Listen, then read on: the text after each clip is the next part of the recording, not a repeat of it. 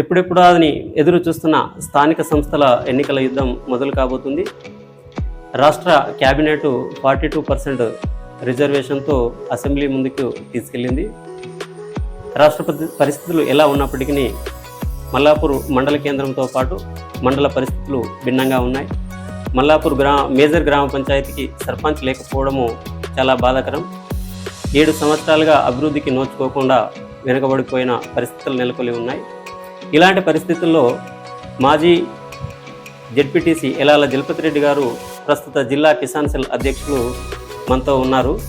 వారితో మాట్లాడి మల్లాపూర్ యొక్క గ్రామ పంచాయతీ యొక్క అభివృద్ధికి ఎలా దోహదపడతారో వారి మాటల్లోనే తెలుసుకునే ప్రయత్నం చేద్దాం. నమస్కారం అండి. నమస్కారం అండి. మీరు ప్రస్తుతం జిల్లా కిసాన్ సెల్ అధ్యక్షులుగా ఉన్నారు. ముందుగా మీకు శుభాకాంక్షలు. మీ రాజకీయ నేపథ్యం ఎట్లాంటిదో ఒకసారి మా ప్రజలకు చెప్తారా? తప్పకుండానండి. నేను 1981లో నేను రాజకీయ నేపథ్యానికి వచ్చి నేను ఫస్ట్ సింగిల్ విండో ఇప్పుడు అంటున్నారు, అప్పుడు అంజవాన్ అందరూ అంజవాన్ డైరెక్టర్గా నేను ఉండి మరియు అంజవాన్ చైర్మన్గా కావాలనేటువంటి ఉద్దేశంతో నేను డైరెక్టర్లను అనుకోవడం జరిగింది. అప్పుడు దురదృష్టవశాత్తు మరి మొదటి ఏదైతుందో అప్పుడు నాకు అపజయం జరిగింది. డైరెక్టర్గా గెలిచాను 81లో. తర్వాత చైర్మన్ కాలేకపోయినాను. అయినా డైరెక్టర్గా ప్రజలలో నేను చొచ్చుకపోయి 81లో ఎప్పుడైతే నేను డైరెక్టర్గా ఉండి ప్రజలకు సేవ చేసినో దాన్ని గుర్తించి మరి నాకు 88లో నన్ను సర్పంచ్గా ఇక్కడ గ్రామ ప్రజలందరూ కూడా గెలిపించారు. 88లో సర్పంచ్గా గెలిస్తే అప్పుడు 7.5 సంవత్సరాలు నా పాలన జరిగింది. గ్రామంలో అందరూ కూడా చేదోడు వాదోడుగా ఉండి అభివృద్ధి కార్యక్రమాలు చేసి సోమేశ్వర కుండపైకి కరెంటు కూడా అప్పుడు జరిగింది. అలాగే మన దగ్గర ఊర్లో సబ్ స్టేషన్ కూడా నేను సర్పంచ్ ఉన్నప్పుడే నిర్మాణం చేసుకోవడం జరిగింది. వాటర్ ఫెసిలిటీ లేకుండే ఓఆర్హెచ్ఎస్ ట్యాంకు కట్టి మరి గ్రామంలో వాటర్ సప్లై కూడా చేయడం జరిగింది. పశువుల ఆసుపత్రికి నాకంటే ముందున్న సర్పంచ్ ఫౌండేషన్ వేసిపోతే మరి దాన్ని పూర్తి నిర్మాణం చేసి మరి మళ్ళీ దాన్ని ఇనాగ్రేషన్ కూడా చేసుకోవడం జరిగింది. ఏదైతే గవర్నమెంట్ హాస్పిటల్ ఉందో ఆ హాస్పిటల్ కూడా నిర్మించుకోవడం జరిగింది. అట్లే వివిధ రకాల అభివృద్ధి కార్యక్రమాలు చేసి 88 నుంచి 94 వరకు ఉన్నాను. 94లో మళ్ళీ అదే లక్ష్మీనారాయణ సర్పంచ్ అయ్యాడు. నేను గత ఒక 5 సంవత్సరాలు నేను విరామం తీసుకున్నాను, ప్రజలకే సేవ చేసుకుంటున్నా. తర్వాత నాకు మళ్ళీ 96లో నాకు జెడ్పీటీసీ అవకాశం వచ్చింది. జెడ్పీటీసీ అవకాశం వస్తే 2006లో నాకు జెడ్పీటీసీ అవకాశం వచ్చింది. వస్తే అప్పుడు నేను మళ్ళీ జెడ్పీటీసీగా నన్ను ప్రజలు గెలిపించారు. మొదటి ఓటమే తప్ప అసలు ఎప్పుడు కూడా నామినేషన్ ఇస్తే అసలు ఓటమి అనేది నన్ను ప్రజలు చేయలేరు. మరి మొదటి ఓటమే మరి విజయాలకు నాంది కావచ్చు. మరి ఆ దేవుడు కనక సోమేశ్వర స్వామి కృప వల్ల, వెంకటేశ్వర స్వామి కృప వల్ల మరి నాకు ఎప్పుడు కూడా ప్రజలతో నేను అనిపించుకున్నటువంటి రోజులు లేవు. ప్రజలందరూ కూడా అందరితోని ఎస్సీ ఎస్టీ మైనారిటీ బీసీ సోదరులందరితో కూడా మరి నేను ఎన్నడూ విభేదాలు లేకుండా కలిసిమెలిసి అందరితోని ఉన్నా. అలాగే షుగర్ ఫ్యాక్టరీ మన మండలంలో ఉంది. షుగర్ ఫ్యాక్టరీ చెరుకు రైతు అధ్యక్షుడిగా నేను పనిచేసి చాలా మటుకు రైతులతో మమేకమైపోయినా. మరి తర్వాత మళ్ళీ నాకు అవకాశాలు రాలే, నేను కాంటాక్ట్ చేయలే. అధిష్టానం ఆలోచిస్తే నేను దేనికైనా సిద్ధంగా ఉన్నా. లేదు మరి ఇంకా వేరే వాళ్ళకు టికెట్ ఇచ్చినా నేను గెలిపించుకోవడానికి సిద్ధంగా ఉన్నా. మరి గ్రామంలో ప్రతి అభివృద్ధి కార్యక్రమంలో ఎంతో కొంత నేను తోడ్పాటునిచ్చిన ప్రజలకు తెలుసు. ప్రజలతో ఇప్పుడు రాబోయే రోజులలో కూడా నాకు పదవి వచ్చినా పదవి రాకున్నా నా జీవితం ఉన్నంతకాలం మల్లాపూర్ గ్రామ ప్రజలకు రుణపడి ఉంటా వాళ్ళకు. ఎందుకంటే నన్ను ఎన్నడూ కూడా చీకొట్టలేదు. తప్పకుండా నేను చేదోడు వాదోడుగా ప్రజలందరికీ నా జీవితం ఉన్నంతకాలం నేను రుణపడే ఉంటాను. Thank you. జరగబోయే స్థానిక సంస్థల ఎలక్షన్లలో ఎలాంటి ప్రణాళికలతో మీరు ముందుకు వెళ్తున్నారు? కాంగ్రెస్ పార్టీ రేవంత్ రెడ్డి గారి సీఎం నేతృత్వంలో మా నియోజకవర్గ ఇన్ఛార్జ్ జువాడి నరసింహారావు గారి ఆధ్వర్యంలో ప్రజాపాలన ఏర్పడి ఈ సుమారు 2 సంవత్సరాల నుండి మండలంలో జిల్లా కిసాన్ సెల్ అధ్యక్షుడిగా మా పార్టీ అధ్యక్షులు పూండ శ్రీనివాసరెడ్డి గారి ఆధ్వర్యంలో మరి మాకు ప్రజాపాలన ప్రభుత్వంలో బాగా నష్టపోయింది మండలము, గ్రామము అని చెప్పి మా నరసింహరావు గారు మా నేతృత్వంలో ప్రజాపాలన ప్రభుత్వంలో ఫండ్స్ ఎలికేషన్ చేసి మరి గ్రామాలన్నీ కూడా వెనుకబడిపోయినాయి. మల్లాపూర్ అంతకంటే ఎక్కువ వెనుకబడిపోయింది సర్పంచ్ లేక. కాబట్టి మీరు అభివృద్ధి చేయండి అని చెప్పి గత 2 సంవత్సరాల నుండి SDF నిధులు కానీ అలాగే NRGS నిధులు కానీ మరి వాటిని సీసీ రోడ్లకు అలాగే డ్రైనేజీలకు సంఘ భవనాలకు అలాగే టెంపుల్స్కు వివిధ రకాల అభివృద్ధి చేయమని చెప్పి మా నాయకులు నరసింహారావు గారి ఆధ్వర్యంలో మరి మాకు ఫండ్స్ ఎలికేషన్ చేస్తే మేము మా మండల నాయకులందరినీ కూడా కోఆర్డినేషన్ చేసుకొని అన్ని గ్రామాలను అభివృద్ధి చేసినాం. అలాగే మల్లాపూర్ కొంత సర్పంచ్ లేక వెనుకబడ్డది కనుక ఇంకా కొంత కూడా ఫండ్స్ ఎక్కువ ఎలికేషన్ చేసి అన్ని సందులు బీసీ కాలనీలు కానీ ఎస్సీ కాలనీ కానీ ఎస్టీ కాలనీలు కానీ అన్నీ కూడా డెవలప్ చేసి మరి గ్రామాన్ని ముందుకు తీసుకుపోవడం జరిగింది. అలాగే మండలాన్ని కూడా ముందుకు తీసుకుపోవడం జరిగింది. మేము చేసినటువంటి ప్రజాపాలనలో చేసిన అభివృద్ధిని చూపించి ప్రజలకు మరి వాళ్ళు మాకు వెన్నుదన్నుగా ఉన్నారు. వాళ్ళు మాకు ఓట్లు వేస్తారనేటువంటి ధీమా ఉంది. ఎందుకంటే మేము చేసినటువంటి అభివృద్ధి 2 సంవత్సరాలలో చూసిండ్రు. వీళ్ళ నాయకత్వంలో మండలం ఇంకా అభివృద్ధి చెందుతుందని చెప్పి ప్రజలంతా కూడా మరి మాకు వెన్నుదన్నుగా ఉండి మాకు ఓట్లేసి గెలిపిస్తారనేటువంటి నమ్మకం మాకుంది. దాన్ని మేము తీసుకొని మేము ప్రజలలోకి వెళ్తాం. తప్పకుండా మా కాంగ్రెస్ పార్టీని విజయకేతనం ఎదురేసే దిశగా అడుగులేస్తామని చెప్పి మీకు తెలియజేస్తున్నాం. ఎంపీపీ స్థానాన్ని మీరు గెలవబోతున్నారా? మనకు 15 ఎంపీటీసీ స్థానాలు ఉన్నాయి. వీటిలో ఎన్ని గెలుచుకోబోతున్నారు మీరు? మీకు ఇందాక చెప్పిన విధంగా అన్ని గ్రామాలను అభివృద్ధి చేసినాం కనుక అన్ని గ్రామాలు మరి కాంగ్రెస్ పార్టీతోనే అభివృద్ధి పథంలో తీసుకుపోవడానికి సాధ్యమవుతుందని ప్రజలు కోరుకుంటున్నారు కనుక మల్లాపూర్ మండలంలో 15 స్థానాలున్నాయి. 15 స్థానాలకు 15 స్థానాలు కూడా గెలుచుకొని ఎంపీపీ సీట్ను కైవసం చేస్తూ 15 మందికి 15 మంది సమర్థులే ఉన్నారు. దీంట్లో మా అధిష్టానం ఎవరికి కేటాయిస్తే వాళ్ళే ఎంపీకి అవుతారు. అధిష్టానం మేరకే మేము నడుచుకోవడం జరుగుతుంది. జెడ్పీటీసీ స్థానం కోసము ఎవరు పోటీ పడుతున్నారు మన కాంగ్రెస్ పార్టీ తరఫున? జువాడి కృష్ణారావు గారు ఈ మండలం నుండి పోటీ చేయాలనే ఆలోచనలో ఉన్నట్టుగా వదంతులు వినిపిస్తున్నాయి. మీరేం చెప్తారు? నేను చెప్పేదేం కొత్తగా లేదు. నేను ఇందాక చెప్పినట్టే మాకు అధిష్టానం ఉంది. అధిష్టానం ఎవరైతే సమర్థులు ఉంటారో వాళ్ళనే ఆలోచించి మరి టికెట్ ఇవ్వడం జరుగుతుంది. ఇది ఇండిపెండెంట్గా పోటీ చేసేది కాదు. పార్టీ అధిష్టానం మేరకు పార్టీ సింబల్ పైన పోటీ చేయడం జరుగుతుంది. జువాడి కృష్ణారావు గారు వచ్చినా లేకపోతే ఇంకెవరిని ఎన్నుకున్న పార్టీ అధిష్టానం వాళ్ళకు మేమందరం కలిసికట్టుగా పనిచేసి పార్టీని ముందుకు తీసుకుపోతాం. వాళ్ళని ఇచ్చినటువంటి పార్టీ అధిష్టానం ఇచ్చినటువంటి వారికి తప్పకుండా విజయకేతం ఎగరవేసేందుకు అందరం. అదేవిధంగా ఎంపీటీసీలు కానీ తర్వాత ఎంపీపీని కానీ జెడ్పీటీసీని కానీ అధిష్టానం మా నరసింహారావు గారు ఎవరికైతే టికెట్ ఇస్తారో వాళ్ళని మొక్కుమడిగా అందరం కూడా ఎటువంటి మనస్పర్ధలు లేకుండా అందరం కలిసికట్టుగా పనిచేసి వాళ్ళని గెలిపించుకోవడమే మా ధ్యేయం, కాంగ్రెస్ పార్టీ ధ్యేయం. ఇక మన గ్రామానికి వచ్చినట్టయితే సుమారుగా 7 సంవత్సరాలుగా సర్పంచ్ లేకపోవడం బాధాకరం. ఇది చాలా వెనుకబాటుదనానికి దారితీసినట్టుగా మాకు అనిపిస్తుంది. ఈ విషయంలో మీరు ఎలాంటి విజన్తో గ్రామాన్ని అభివృద్ధి పరిచేటప్పుడు మీ ఆలోచనలు ఏంటి? గత 7 సంవత్సరాల నుంచి పాలన లేదన్న మాట వాస్తవమే. కానీ అందరితో పాటు 5 సంవత్సరాలు వెనుకబడ్డది. ప్రజాప్రభుత్వం ఏదైతే వచ్చిందో అప్పుడు ఆ 5 సంవత్సరాలు మనకు అసలు డెవలప్మెంట్ అనేటువంటిది లేదు కనుక దాన్ని దృష్టిలో పెట్టుకొని మా కాంగ్రెస్ పార్టీ ఇన్ఛార్జ్ జువాడి నరసింహారావు గారి దృష్టికి ప్రజలలోకి తీసుకువెళ్ళి ప్రజలతో మీటింగ్ పెట్టినప్పుడే నేను అడగడం జరిగింది. ఏంటంటే మల్లాపూర్ చాలా వెనుకబడ్డది, మరి మాకు అన్ని నిధులు కూడా మాకు ఎక్కువ కేటాయించాలి, ఆ భర్తీని నింపాలని చెప్పి నేను భారత్ మాత దగ్గర నేను ప్రజల ముందే నేను వారిని కోరిన నేపథ్యంలో వారు మాట ఇచ్చిన ప్రకారంగా నాకు మల్లాపూర్కు వివిధ అభివృద్ధి కార్యక్రమాలలో వివిధ ఫండ్లో నాకు ఎక్కువ కేటాయించి మల్లాపూర్కు అభివృద్ధి చేయడం జరిగింది. దానికి చిన్న ఎగ్జాంపుల్ మీకు చెప్తాను. మరి బీసీ ఎస్సీ ఎస్టీ మైనారిటీ ఏవైతే వాడలు లేవో ఈ వాడలు బాగా మరీ అభివృద్ధికి నోచుకోకుండా ఉండే వాటిని మా నరసింహారావు గారు దృష్టిలో తీసుకెళ్ళగానే వారు నాకు ఏ ఫండ్ అడిగితే ఆ ఫండ్ ఇవ్వడం జరిగింది. ఫర్ ఎగ్జాంపుల్ ఒడ్రె కాలనీకి నేను ఎప్పుడో సర్పంచ్ ఉన్నప్పుడు పెట్టినటువంటి వసతి వాటర్ సప్లై ఉండే, అది జనాభా పెరిగింది కానీ దాన్ని పెరిగిన దాని దృష్ట్యా దాన్ని గ్రామంలో మరి వాళ్ళకు వసతులు ఏర్పాటు చేయలేరు.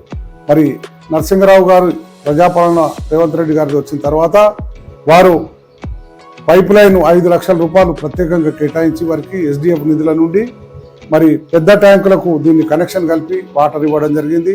అలాగే మరి NRGSలో CC రోడ్ వేయడం జరిగింది ఒడ్రె కాలనీకి. మరి డబుల్ బెడ్రూమ్ ఇళ్లలో కూడా వాళ్ళకు రోడ్లు లేకపోతే వాళ్ళకు కూడా CC రోడ్ వేయడం జరిగింది. BC కాలనీలలో వంజరోళ్ళకు కానీ, గొల్లోళ్ళకు కానీ, పద్మశాలీలకు కానీ, తర్వాత అలాగే ప్రతి మూలకు 20 గజాలకు ఒక రోడ్డును మేము BC కాలనీలలో నిర్మించడం జరిగింది. దానికి సుమారుగా 2 కోట్ల రూపాయలు మరి రోడ్లకు డ్రైనేజీలకే కేటాయించడం జరిగింది. SC కాలనీలలో కూడా వాళ్ళు ఎన్నడూ చేయనంత అభివృద్ధి మరి 2 సంవత్సరాల్లో మేము చేయడం జరిగింది. మాకు అక్కడ నాయకులు ఉన్నటువంటి వాళ్ళు భూమన్న కానీ, సోమన్న కానీ, రాజం కానీ, రమేష్ కానీ వీళ్ళందరి సూచన మేరకు వాళ్ళు ఎక్కడ పెట్టుకుంటే అక్కడ మేము నిధులు కేటాయించడం జరిగింది.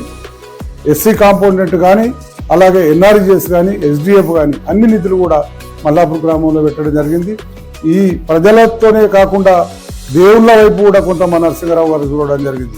వెంకటేశ్వర స్వామి టెంపుల్కు ఎప్పుడో నాయనంజయంగా గాలిగోపురం రత్నాకర్రావు సాబు గారి పుణ్యంతో మరి గాలిగోపురం కట్టడం జరిగింది. ఆ గాలిగోపురం నుండి ఎన్నడూ కూడా ప్రజలు నడవలేరు, ఎక్కడ పడితే అక్కడ నడిచిపోయారు. దాన్ని నరసింహరావు గారి దృష్టిలోకి తీసుకొస్తే వారు కాంపౌండ్ వాళ్ళు అక్కడ ఇచ్చి మరి ఆ కాంపౌండ్ వాళ్ళు నిర్మాణం చేస్తే ఇప్పుడు గాలిగోపురం వెళ్ళి భక్తులు పోయి వారిని వేడుకోవడం జరుగుతుంది. అలాగే కనకసోమేశ్వర స్వామికి మేము ఏదైతే ఉందో అక్కడ ఐమాక్స్ లైట్లు కావాలని చెప్పి, లైట్లు లేవని చెప్పి కమిటీ అడిగితే అక్కడ ఐమాక్స్ లైట్ నిర్మాణం చేయడం జరిగింది. మరి అలాగే మరి గత పాలకుల దృష్టికి వస్తే మాత్రం వాళ్ళు వాస్తవంగా అన్యాయం చేసినారు. ఎందుకంటే నేను గత పాలకుల దృష్టికి పోవద్దనుకున్నా, మరి మీరు ప్రశ్న అడిగిన కనుక మరి చెప్పక తప్పలేదు. సోమేశ్వర కొండ మా మల్లాపూర్ గ్రామానికి ఇలవేల్పు, ప్రతి గ్రామానికి ఇలవేల్పు మా ఇంటి దేవుడు. అలాగే మా మండలమే కాకుండా జిల్లాతో పాటు చుట్టుపక్కల జిల్లాలు కూడా మాకు ఇలవేల్పైనటువంటి దేవుడు సోమేశ్వర స్వామి.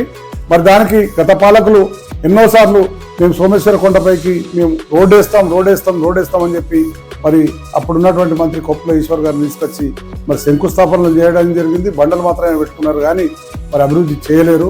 అది ఒకటే కాదు, ఒడ్రె కాలనీ రోడ్డు బైపాస్ రోడ్ ఏదైతుందో వాళ్ళకి అసలు బస్సులే బంద్ అయిపోయినాయి.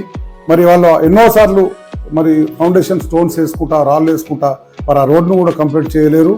మరి మేము వచ్చిన తర్వాత మా నరసింహరావు గారు మరి ఇక్కడికి వెళ్ళి మల్లాపూర్కి వెళ్ళి మొగిలిపేట కానీ, మల్లాపూర్ ఒడ్రె కాలనీ కానీ బస్సులు కూడా బంద్ అయిపోతే మరి మేము మళ్ళా ప్రత్యేకంగా చొరవ తీసుకొని దానికి కొంత గ్రాంట్ కేటాయించి మరి ఆ బస్సులు కూడా నడపడానికి ప్రయత్నం చేసినాం.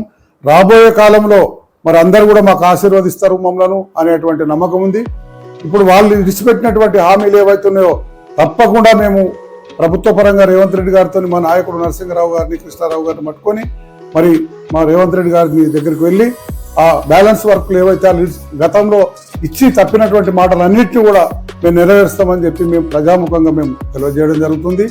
రాబోయే ఈ 2 సంవత్సరాలు చూసినారు ప్రజలు, వీళ్ళతో అభివృద్ధి అవుతుందనేటువంటి స్థితిలో మరి అన్ని పార్టీల వాళ్ళు కూడా మాకు సపోర్ట్ చేయడానికి సిద్ధంగా ఉన్నారు.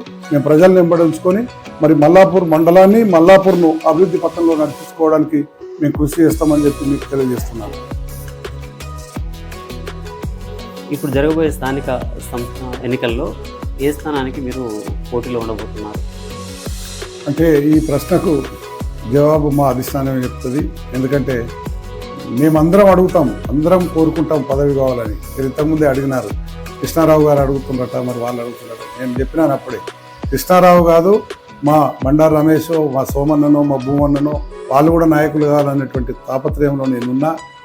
మరి ఇలా ఎవరిని పదవులు అధిష్టానం ఆదేశిస్తే వాళ్ళని గెలిపించుకోవడానికి సిద్ధంగా ఉన్నా. లేదు నువ్వే ఉండమని చెప్పి నాకు గిట్ట ఆదేశిస్తే మరి నా ప్రజలందరూ మా నాయకులందరూ కూడా గెలిపించుకోవడానికి సిద్ధంగా ఉన్నారు. నేను పోటీ అధిష్టానం ఆదేశిస్తేనే పోటీ చేస్తా, కానీ నేను తప్పకుండా ఈ పదవి ఆ పదవి అనేది లేదు. అధిష్టానం ఎవరికి ఏ పదవి సమర్థులో వాళ్ళు నిర్ణయం చేస్తారు. సమర్థులు అనేటి వారిని నేను అనుకుంటే నాకు ఇస్తే నేను తప్పకుండా పోటీ చేస్తాను. లేదనుకుంటే మా అధిష్టానం ఎవరికి నిర్ణయం చేస్తుందో, ఎవరికి అధిష్టానం టికెట్ ఇస్తుందో వాళ్ళని తప్పకుండా గెలిపించుకుంటాను. నా వంతు నేను కిసాన్ సెల్ జిల్లా అధ్యక్షుడిగా, మండల నాయకుడిగా నేను తప్పకుండా కృషి చేస్తా, అలాని గెలిపించుకుంటా. ఎవరికి టికెట్ ఇచ్చినా నాకు ఎటువంటి భేదాభిప్రాయం ఉండదు. పార్టీ గెలిపే ధ్యేయంగా నేను పనిచేస్తాను. మీ పార్టీ నాయకుల మధ్య, కార్యకర్తల మధ్య సమన్వయం ఉందని మీరు అనుకుంటున్నారా? నేనైతే 100% సమన్వయం ఉంది, సమన్వయం చేస్తున్నా. మీకు తెలుసు, ఒక చిన్న కుటుంబంలో అన్నదమ్ములు ముగ్గురు ఉంటేనే ఇద్దరు ఉంటేనే కొంత అప్పుడప్పుడు కొట్లాడుకుంటారు, తర్వాత కలిసిపోతారు. మాది నేషనల్ పార్టీ, చాలా పెద్ద పార్టీ. మీరే చూస్తుండ్రు, గ్రామంలో ఇవాళ మరి వందలు కాదు వేల మంది కార్యకర్తలు ఉన్నారు. మరి అటువంటి దాంట్లో ఎవరో ఒకరు యాన్నో ఒకటి చిన్న చిన్న తప్ప అటువంటి లేవు. సమన్వయ లోపం అనేది తప్పకుండా ఉంటుంది. లోపం లేకుండా మేము నాయకులుగా వాళ్ళందరినీ సర్ది చెప్పి సమన్వయంతో మేము ముందుకు పోతాం. ఎటువంటి మండలంలో, ఒక మల్లాపురే కాదు, మండలంలో ఎక్కడ కూడా ఈ గ్రూప్ అని ఆ గ్రూప్ అనేటువంటిది లేదు. మా నాయకులు, మా పిసిసి అధ్యక్షులు మహేష్ కుమార్ గారు ఆధ్వర్యంలో, మా సీఎం రేవంత్ రెడ్డి గారి ఆధ్వర్యంలో, అలాగే మా కాన్స్టిట్యున్సీ ఇన్ఛార్జి నరసింహరావు గారు, ఇవాళ నరసింహరావు ఉన్నా ఇన్ఛార్జు, రేపు ఇంకోళ్ళు ఉన్నా వాళ్ళు ఉన్నా, పార్టీ అనేటువంటిది బాస్ నియోజకవర్గ ఇన్ఛార్జే ఉంటారు కనుక మరి మల్లాపూర్లో కూడా మండల పార్టీ అధ్యక్షులు ఉంటారు, మేము ఉంటాం జిల్లా కిసాన్ సెల్ అధ్యక్షులుగా. సమన్వయంతోనే కార్యకర్తలు ఏమన్నా చిన్న చిన్న పొరపచ్చాలు వచ్చినా కలుపుకొనే పోతాం, కానీ సమన్వయ లోపం అనేది లేకుండా లేదు. సమన్వయంతోనే పోతున్నాం. పార్టీ ఆ సమన్వయంతోనే జరుగుతుంది. మల్లాపూర్ యువతకు మీరు ఇచ్చే సందేశం ఏమిటి? యువత గంజాయి, డ్రగ్స్, మద్యం, రకరకాల వ్యసనాలతో చెడిపోవడం మన కళ్ళ ముందు జరుగుతుంది. వాళ్ళ కోసం మీరేమైనా ప్రత్యేక ప్రణాళిక ఏమైనా ఉందా? తప్పకుండా మంచి క్వశ్చన్ అడిగారు. దీనికి మరి మా దృష్టిలో కూడా ఉంది.